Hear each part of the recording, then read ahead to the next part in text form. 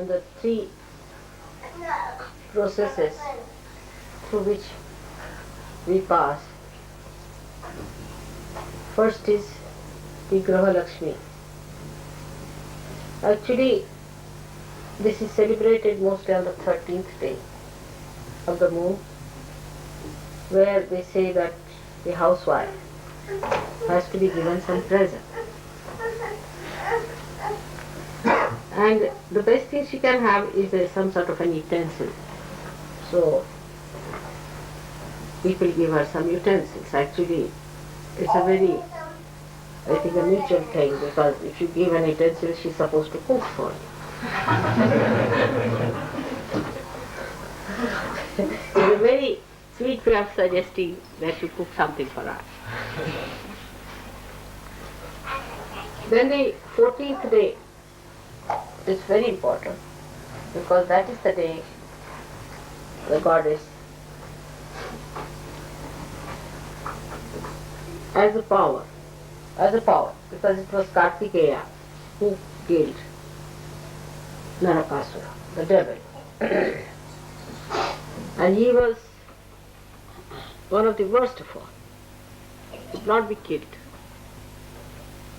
So Shiva and Parvati were married for the special purpose to produce this powerful Shakti Putra, the son of the Shakti, known as Kartikeya. And he was just born to kill this horrible devil called as Narakasura. And he killed. That is the day, 14th day. It's something like Halloween that day. Because that is the day they open the gates of hell and put all the devils into hell. And that's why that day one has to rest in the morning time, as long so that let all the devils be put in nicely. Because some of them might be hanging around. See, it's better to allow them to get out. I mean, in the realm that you are, you do not feel much there exists. But if you were in the realm of subconscious area or collective subconscious, people see even some of the spirits and also can feel their existence. They see the black spots and all that. So, that day is very dangerous. But because Narakasura was killed, people celebrated. That celebration is expressed next year, next day, which that day is the day of Diwali, they say. That is the day they also worship Lakshmi, because they think that from the sea, as I told you last time. Then the day of the new year comes in afterwards. Because in India, in the north, that's the time people finish their crops, and they found that day was very good to celebrate the new year. And that is actually more sort of, we can say, is a social thing in India. We need not use that. Whatever suits us, you can have your own new year, because in the south, in say in Maharashtra, they have another new year, as I told you, where Shalivahana, this dynasty, started another calendar and they celebrate that. So all these things are, nothing is rigid about anything. One must know, nothing is rigid. Rigidity comes from ignorance. It's all for you, for your joy and happiness. The whole festival system is for your happiness and not for the happiness of the time or date. It's for you. So it should be adjustable according to your needs and understanding, and also according to your national way you live. There should be no addiction to any particular type of culture or particular type of ideas. It's all for you. All these festivals are for you, not for gods. They don't have these festivals. It's only for you people these festivals are there. And when you celebrate them, that's only for your joy and your happiness. And that's how you should celebrate in a way that gives you the greatest amount of happiness. And the festivals, all the festivals of the world must be celebrated. The more you are festive, the happier it is. Why miss the chance? So as Sahaja Yogis, you can celebrate. You can't push yourself in, John. Just move a little this side, I think. Yeah, just move a little. So, as a Sahaja Yogi, you don't belong to any particular caste or community anymore now. You belong to universal caste. Once you start belonging to the universal thing, then you can celebrate all the festivals of all the religions and have the best of it. All the year round, you can celebrate all the festivals, know about them. The more you know, the better it is. And have all kinds of sweets, whatever you use, whatever type you use, in whatever areas and countries and cultures. And that's how we have to be more festive. Now, the last day is very important. It's a very universal day, I should say, called as Bhaiyadvij. It's the, or they call it also in Marathi Bhaubij in different names. It's the brothers and sisters day. Now, the brothers and sisters relationship has to be very, very strong. And the purity of that relationship is to be maintained. It is not necessary that you should be born as brothers and sisters. Not necessary.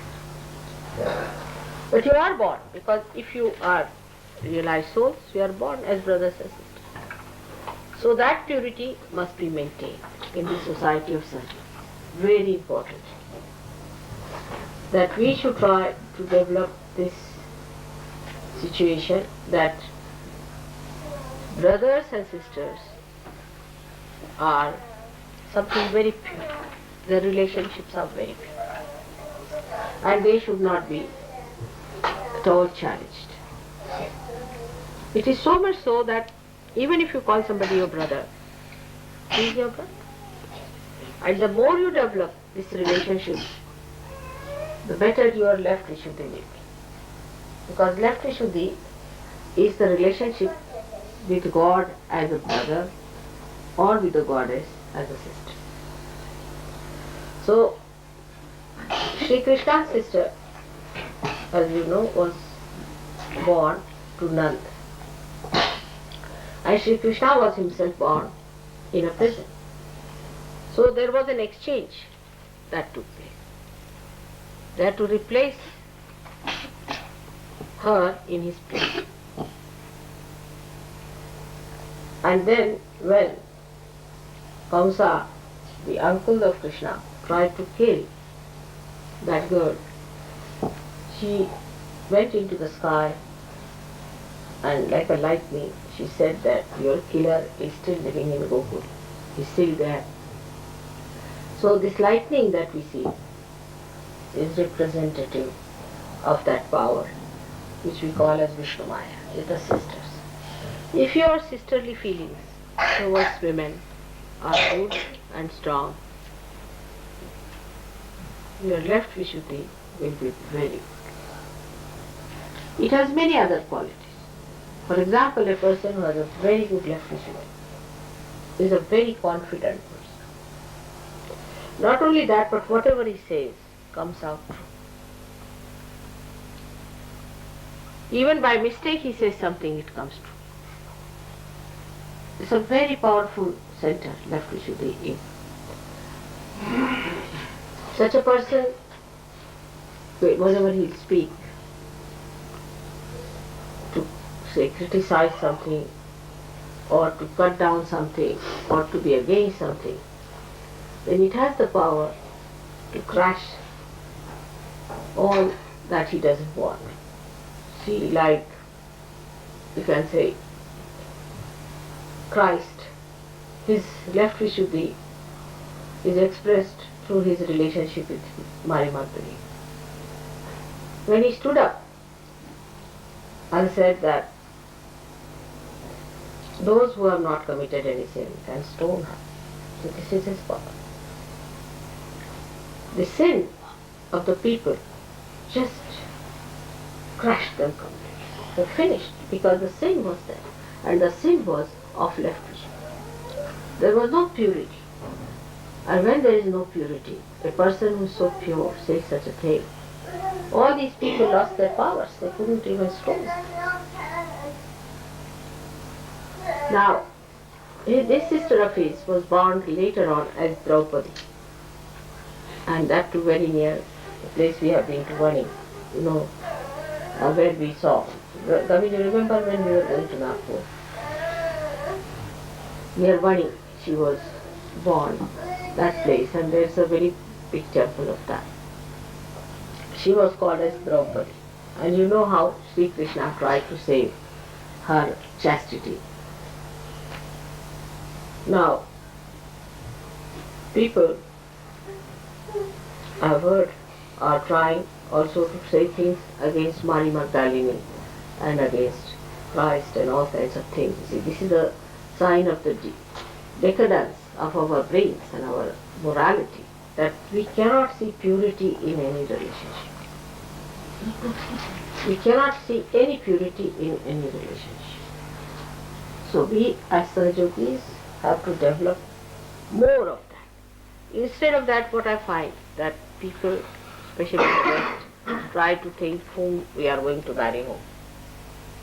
These relationships are established. These are wrong. There is no need to go on organizing marriages and playing these games of romance and all that. If marriage has to take place, it will take place. But don't spoil the atmosphere. There are some people who are just like barbers who try to organize marriages, you see, and take a great pride in arranging marriages with this one to that one and that one to that one. It's not a desirable. One should not do it. There's no virtue in these things, is to organize marriages all the time. When the marriage time comes, it takes place. Now at the time of Muhammad Sahib, a big question arose because there were very few ladies, very few men, and many ladies of all age groups. And they didn't know what to do, how to save these girls, because so many men died in the war. So then they asked what to do now at this juncture. I mean, a position when such a catastrophe is there and so many women are there and very few men, then he said, all right, you can marry 4 or 5 wives. And you can marry any age group. Because if you have to live with dharma, means marriage, means collective sanction, not without marriage. So he said, all right, you can even marry 5 times, but you must marry. Without marriage you cannot live. And that is why he was particular that every person should be married and should have no relationship without marriage. It was sin. Instead of that, now Muslims think that it is their right to marry 5 persons. I mean, when the men are more and women are less. Is that wrong? You have to find out a solution. And at that time, the relationship between even the sisters and brothers, he had to delimit because there was a big problem. So he said, all right, the children born of the same parents cannot marry, but cousins could marry. That time. Now that time is changed. All right. It's not that time. We are not on war. There's nothing happening like that. There's no such problem. So let us develop now our pure relationship of brothers and sisters. Actually, first time when we had this Diwali function, I asked people to find one sister for yourself. Every gentleman must have one sister. To find out one. And then that is the day I said, let us start this way. That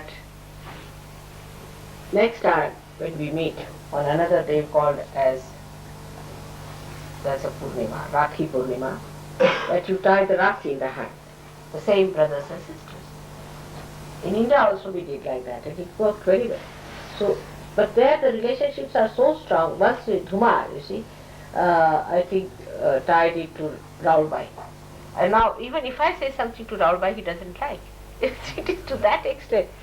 It's so sweet, you know. And even Dhumar's wife respects Raulbai as an elder sister, you see. It's very sweet. Like that, many relationships are established. And next year, I think Raulbai became the sister of one of our trustees who is no more there. And she always carried on all that relationship. And they also, I mean, imagine, the whole thing is that that relationship is so special, so close, and so pure. And such a relationship one should develop with a lady, any woman, or any friend you want to have. And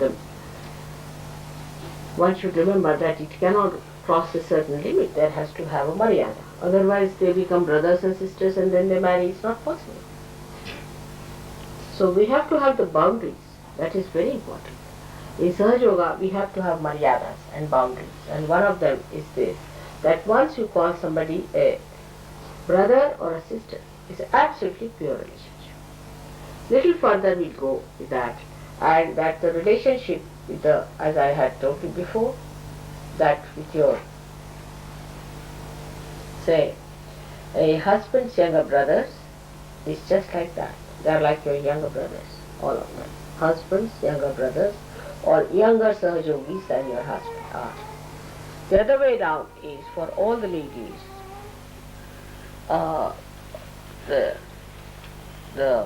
we can say all the men, their wives, elder ladies, elder to wives are like sisters, elder sisters. I mean, this relationship is so sweet and gives you a certain amount of understanding how much distance is kept with whom to be free and with whom to have the distance.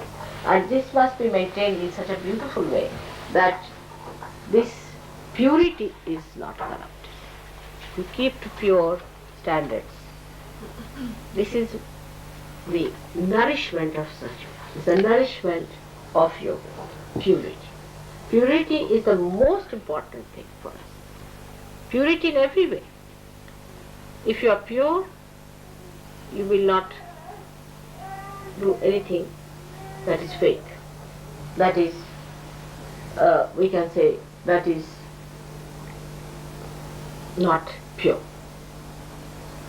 So first of all, you will be pure yourself, and you will accept purity. You will appreciate purity, stand by purity. Any impurity you will not collaborate with or try to compromise with. That's why purity is your mother's name.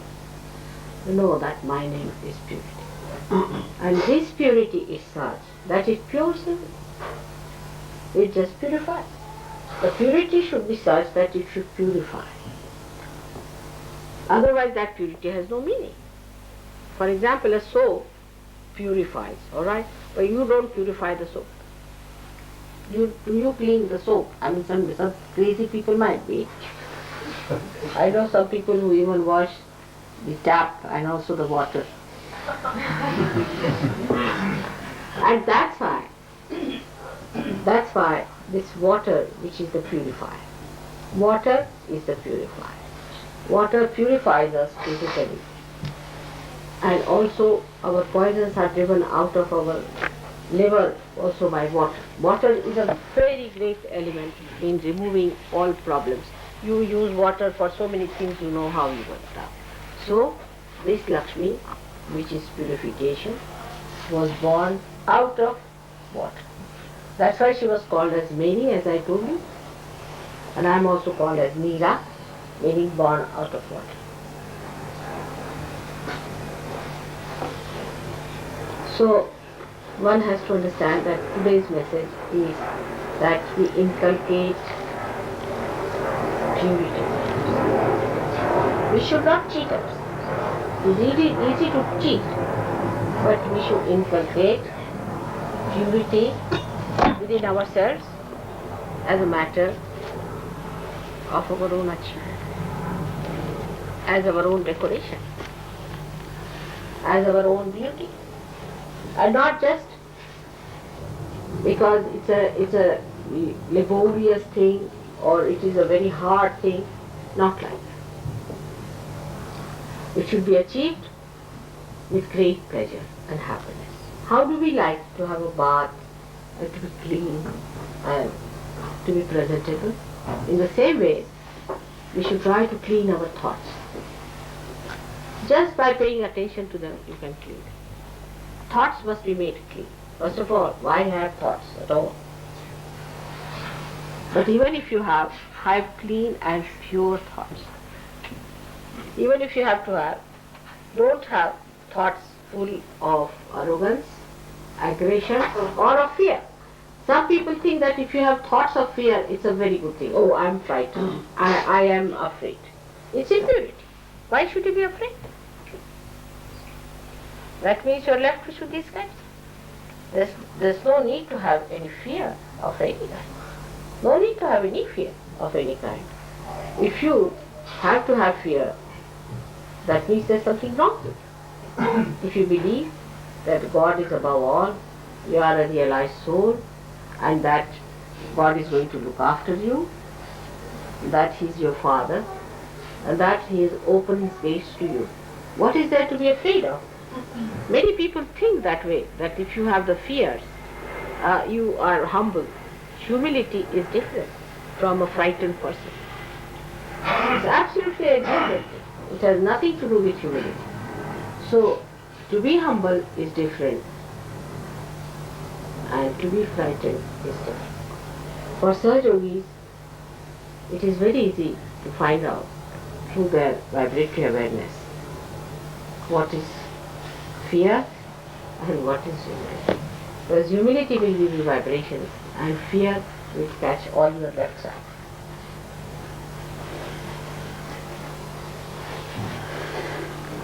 So, our purification of our mind comes through certain methods of understanding ourselves. First of the understanding one has to have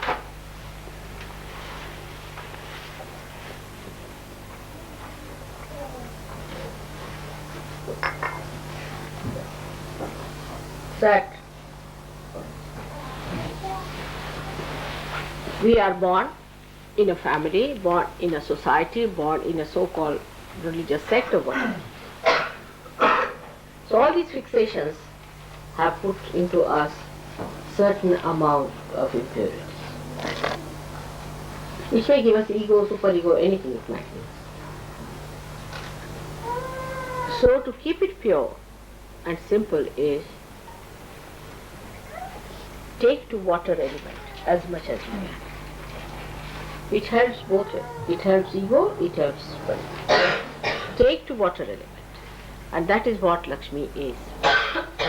Lakshmi is the one that gives you the Mahalakshmi Tattva.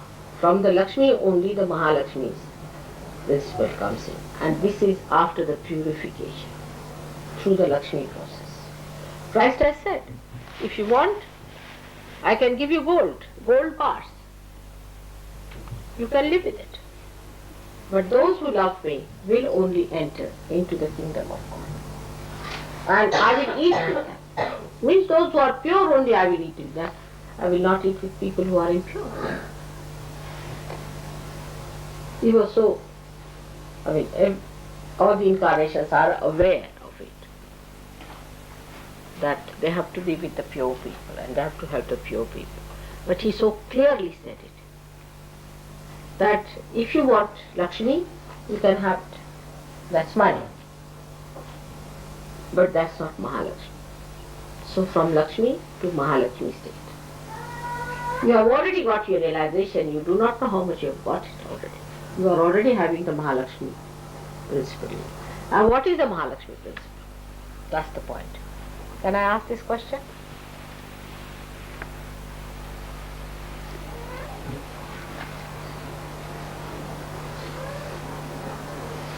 What is the Mahalakshmi principle within you? Desire for the spirit. Desire for the spirit. No, but you have a power. You have got Mahalakshmi's powers within you. Do you know that? Pleasure it gives you. Pleasure it gives you. The what? The pleasure it gives you. The pleasure? Yeah. No. It's the power of giving realization. Go ahead, Steve. You should know. Pleasure is not a power. Pleasure is what you are enjoying. But it you have a power of Mahalakshmi. Huh? What's that? It's just the sustaining power. That's no power. The power of studying the Bible. Power means you have that power to do something. Redemption. The power to spread Sahaja Yoga. Huh? The power to spread Sahaja Yoga. That's rather vague. Particular one. Deep realization.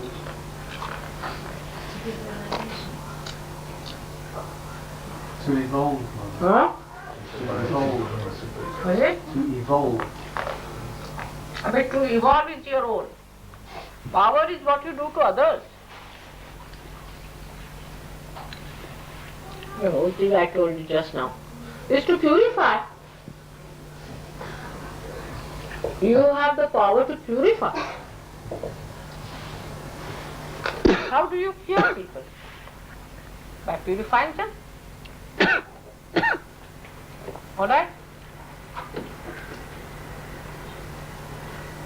Now just think how you purify others. By talking to others, you can purify them.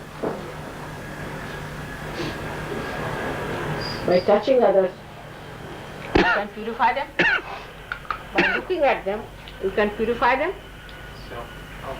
One person who is a realized soul purifies the whole atmosphere. Your atmosphere is purified. Since I have come, it has been warm enough.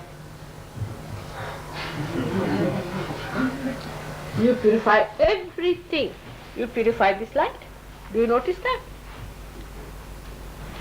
You awaken the light.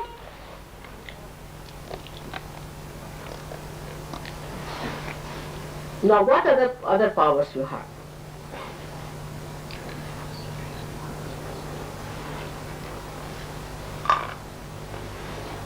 Raise Kundalini. Raise Kundalini. That's a vague thing. See, Kundalini is many powers, many-folded. You purify yourself. Others and yourself. Some more powers are there. Now come here. Let's have it. You all have those powers and you are not aware of them. This is the best part of it. Now, let's have it. The power to arrange time to suit your mother. What's this? The power to arrange Power over time. Huh? Suit you. Arranging time to suit yourself. So that's not the power of Mahalakshmi. That's another one I'll tell you. Who does that?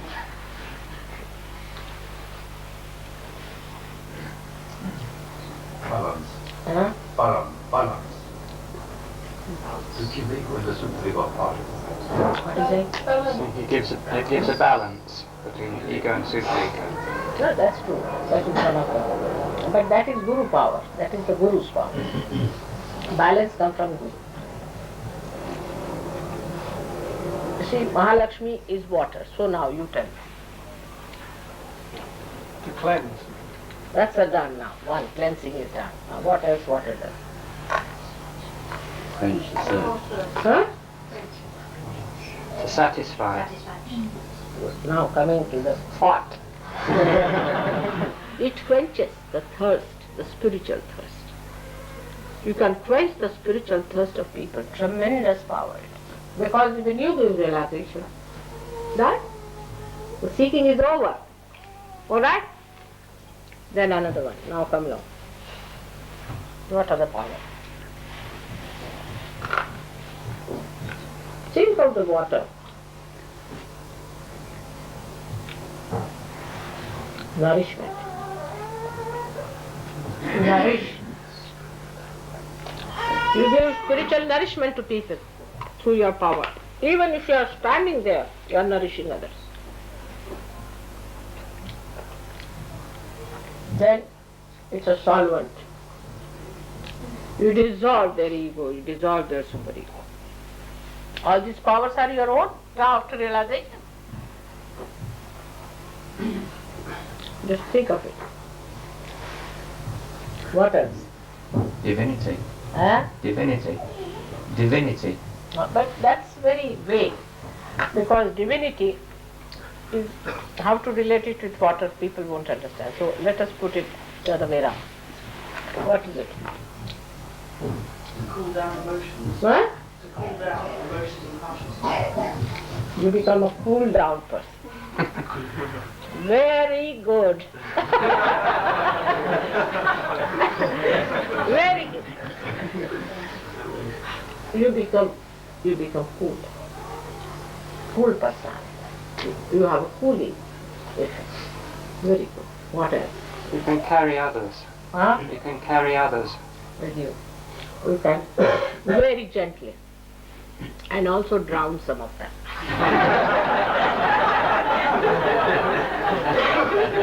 Drown into the love, into the ocean.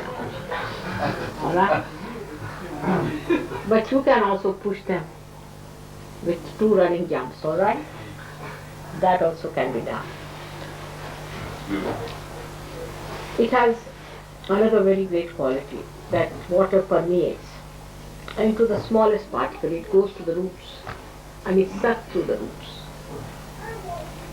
So Mahalakshmi power, you just see the roots of a person, you just know where the problem comes from. Jump. Actually it is the awareness, it's the intelligence, it's the sat, the truth part of it, which gets enlightened. And you understand that now where is the problem, and you just go near the root and you are sucked through. You can be easily sucked through. You permeate. You see, when you are sitting near a person and you tell me, Mother, this is catching at the back, the person doesn't know. You have permeated, your personality is permeated into that person. He doesn't know. You are permeated into that person. And you are feeling the roots. See, where is the problem? The water is flowing into that being. The divine water is flowing into that being. And the obstruction is felt through that divine water. And you can say that this is catching, that is catching. So the permeating.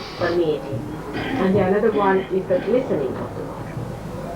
Water glistens, so your skin starts glistening. Your skin becomes very radiant.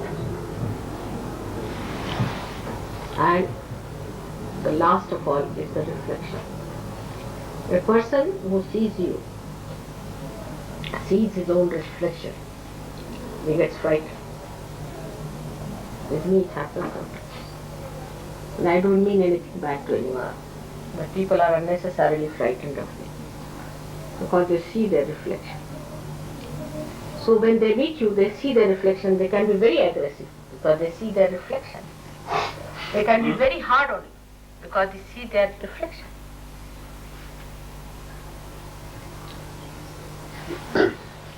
And if it is clear-cut water, then you see the depth of the person. If you are clear-cut Sahajogis, they feel the depth, clean, and they can see through the spirit shine.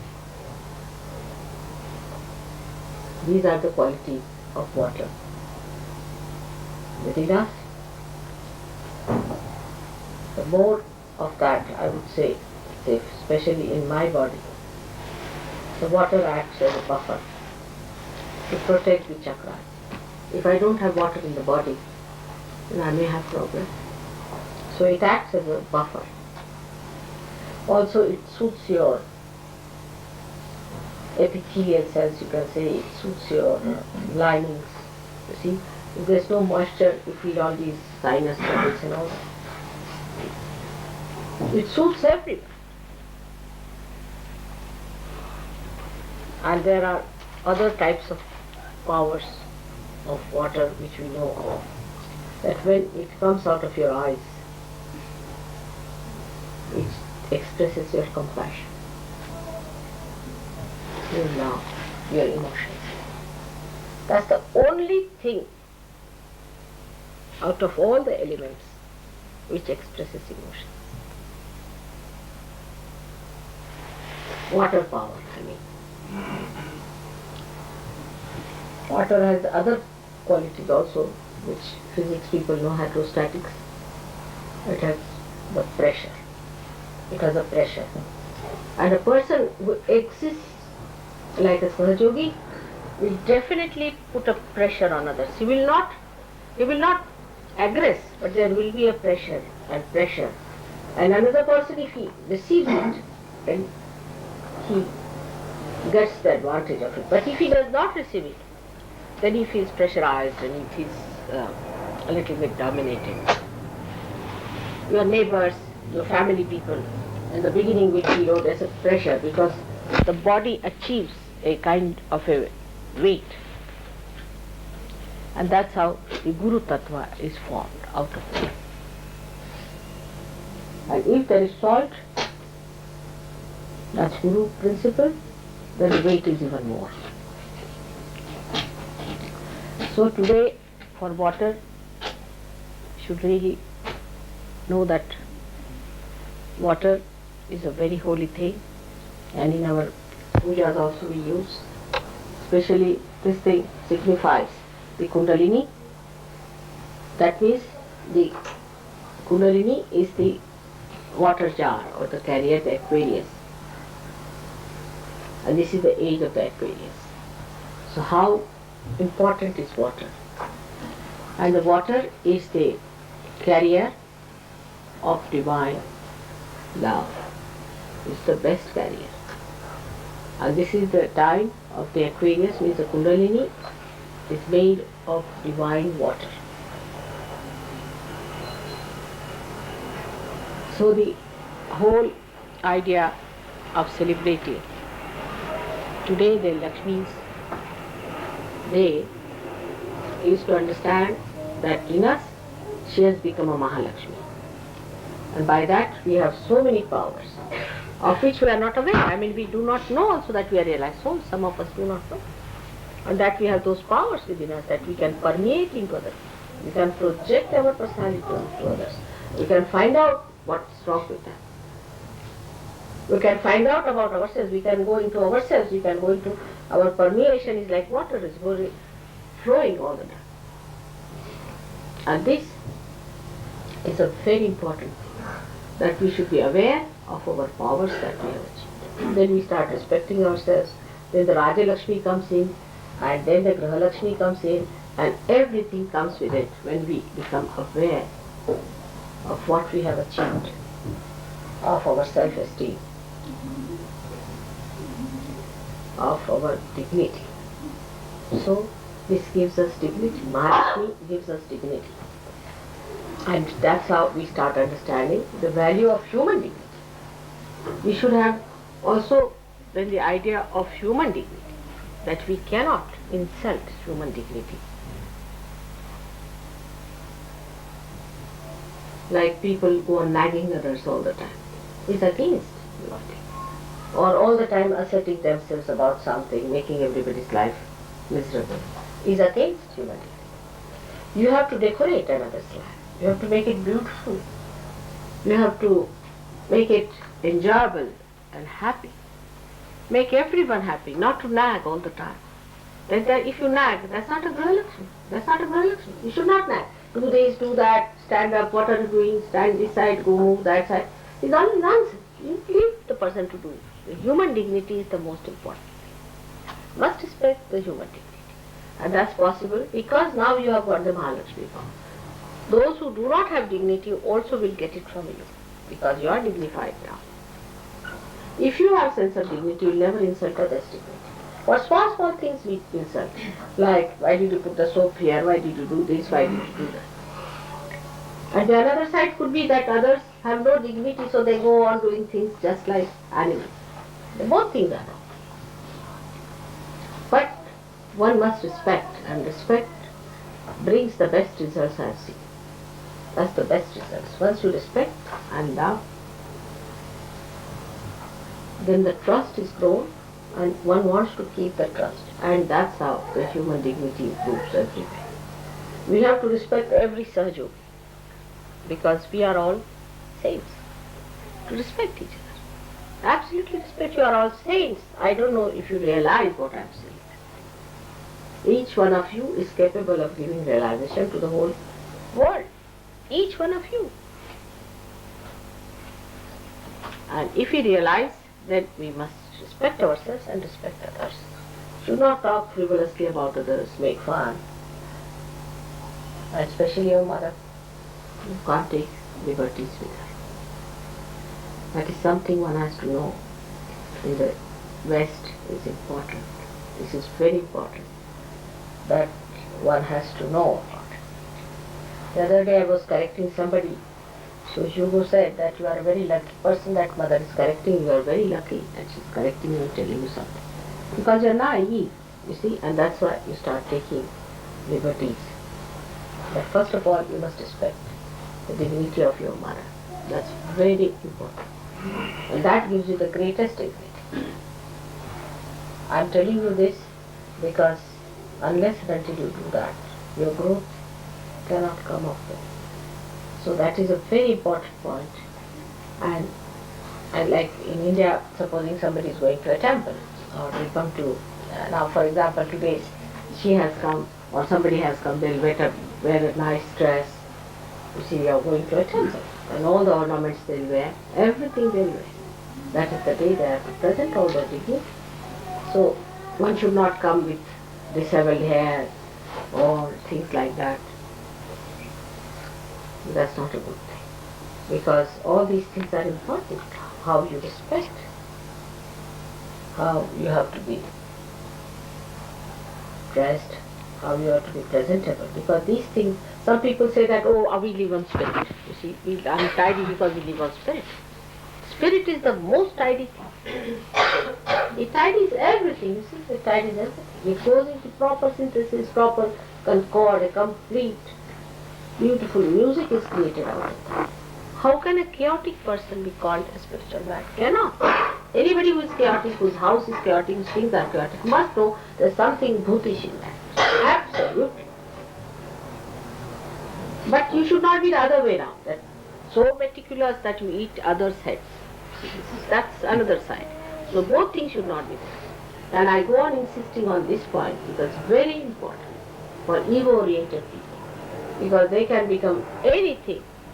The other day I was going on the King's Road and I was surprised what sort of dresses people are wearing. And they think that whatever we wear, we are. That means you must be monkeys if you wear such dresses and go about. If you believe in that, then you should be decent people. There should be decorum about it. So, today we have learned about Lakshmi's growth into Mahalakshmi. But it is not that when you grow into something, the rest of it is finished. It's not so. That some people think that we have become a spiritual personality now, Lakshmi Tattva is not there. It's not true. You have to be a decent person, properly dressed according to your status in life, the way you live. And there should be no, hypocrisy about it. No hypocrisy. By doing any nonsensical thing, like some people think becoming primitive or anything, you will impress others. You will never impress, you see. It's beggar's thing. See, by doing beggary, you will get some beggar's bhoots into you. So we are not to be beggars, neither we have to be sort of dandies, but we are certainly dignified people. We have our own sense of dignity and we live with our own dignity. And that's how we should be. Pure, transparent, honest. Within ourselves we should be honest, absolutely honest. Water is so honest to itself. You put anything into the water, it will show. Put any color, it will show. Put any mud, it will show. You have to be so honest to yourself. And the whole thing should work out to be a personality which is very congenial, beautiful, permeating, no doubt, but very beautifully enlightening. Because Mahalakshmi Tattva itself is enlightenment in our awareness. Such a person cannot be an idiot. If there's an idiot, he is not a Sahaja. Definitely is not. An idiotic person cannot be a Sahaja. Nitwits, absent-minded. All that has to go away. If you have to be Sahaja, you cannot be, oh, I know, and all that of nonsense is not, should not be. The lakshanas, or what you call the symptoms, or you can say the, what can I say, lakshana, is the way you can make out a surgery. It should be like a Lakshmi Putra, the son of Lakshmi, like a king. That doesn't mean that he has everything to himself, no. That doesn't mean that. King gives. His generosity is known by his. King is not known by how much he grabs, does he? He's a king, means he gives. He's giving. Then he should be cool personality. He should not be frozen, he should be cool personality. Not hot tempered. Those who have hot temper, I've seen people, you see, here. They first take to violence. I mean, violence is something is out of question for surgeries. No question. If somebody beats you also, you are not to beat him back. We have ways of beating them. But you are not to beat them back. You are not to resist them. But if you are a surgeon, you have no business to be violent to anyone. Even with your tongue. Some people are more with the tongue, provocative tongue. You must know that you must correct all these points. It's important. Because tomorrow you are going to show to the world what Sahaja Yoga is, not me.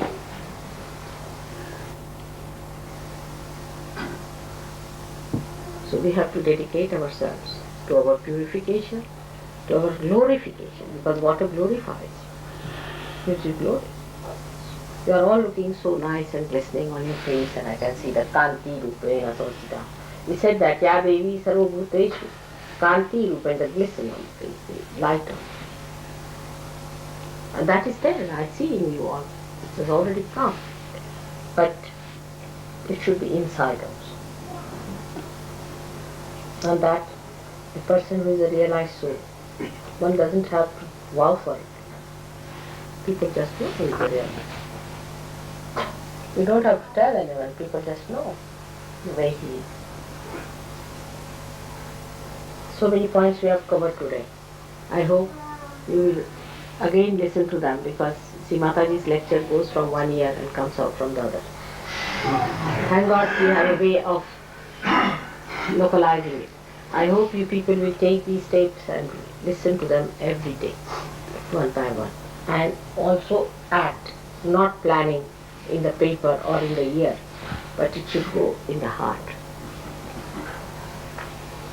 That's how you are all going to mature. Beautiful children. I'm just counting now. Again, CP will be elected for 4 years. And then I have to go. There's hardly 3 years it will pass away. And I won't be able to work so much in the UK. The responsibility is such a lot on you people. I hope we'll celebrate some more Diwalis together. May God bless you.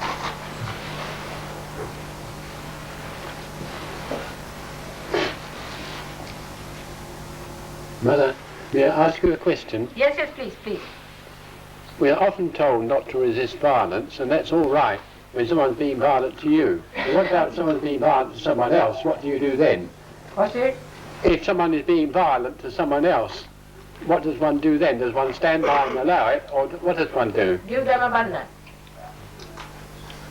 We have our ways of combating this. Give them a bandhan.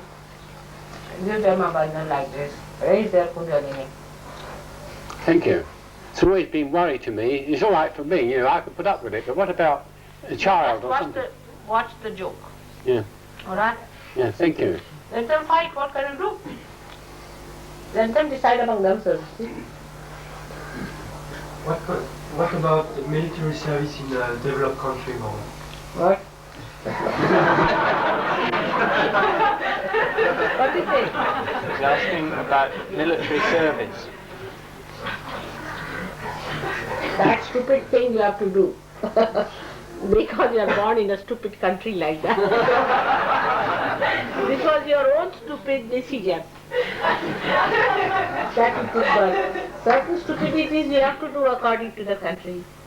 In India also we have to do certain stupidities. But it's not this kind, but another type. So, if you are born in a stupid country like France, you better do it. Another is Switzerland. I've got this. Nobody has attacked this Switzerland so far. You see, but still they are having this military thing. Because they are robbing people of their money and having those banks. So they have to show they have a military to protect the money. We have an alternative. We can write to the government and for philosophical. No, better give them a bandhan. No use writing. Again mental. Beat them with shoes. Your government is changing now. Yes. Much change. Well, we'll see. Much better now. Maybe. Much more sensible.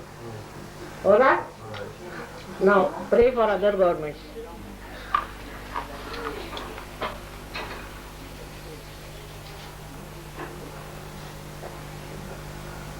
It's all working now.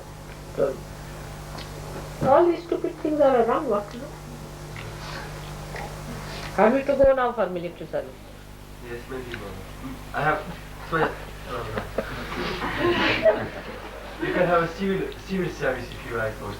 You can ask for it. I would suggest one thing. See, even if you have to do military service or anything, it doesn't matter. You are not killing anyone. You are just a mockery. It's like a drama. So no harm. Do your meditation, do everything. This is no seriousness about it. It's all mockery going on. Take some holiday.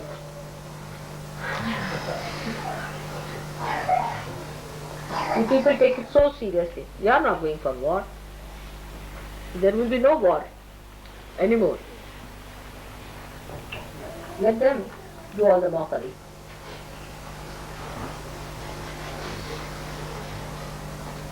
Any other question?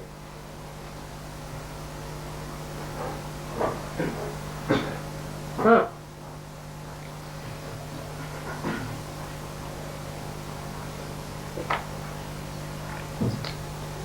It has steadied down quite a lot, I think.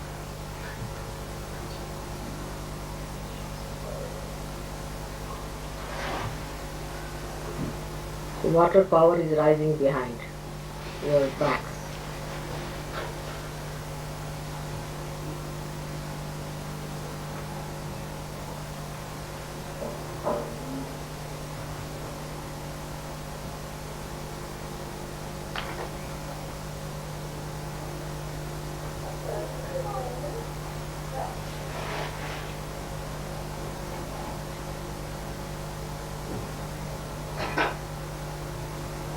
Now,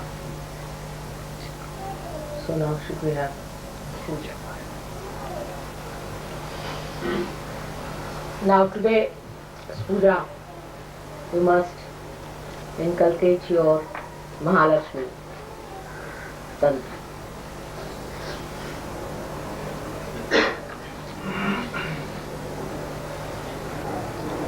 All those powers must be substantiated. That's why this puja is done. Right? I've already explained to you what is Mahalakshmi principle. And all these powers must be arisen in you. Is it permanent?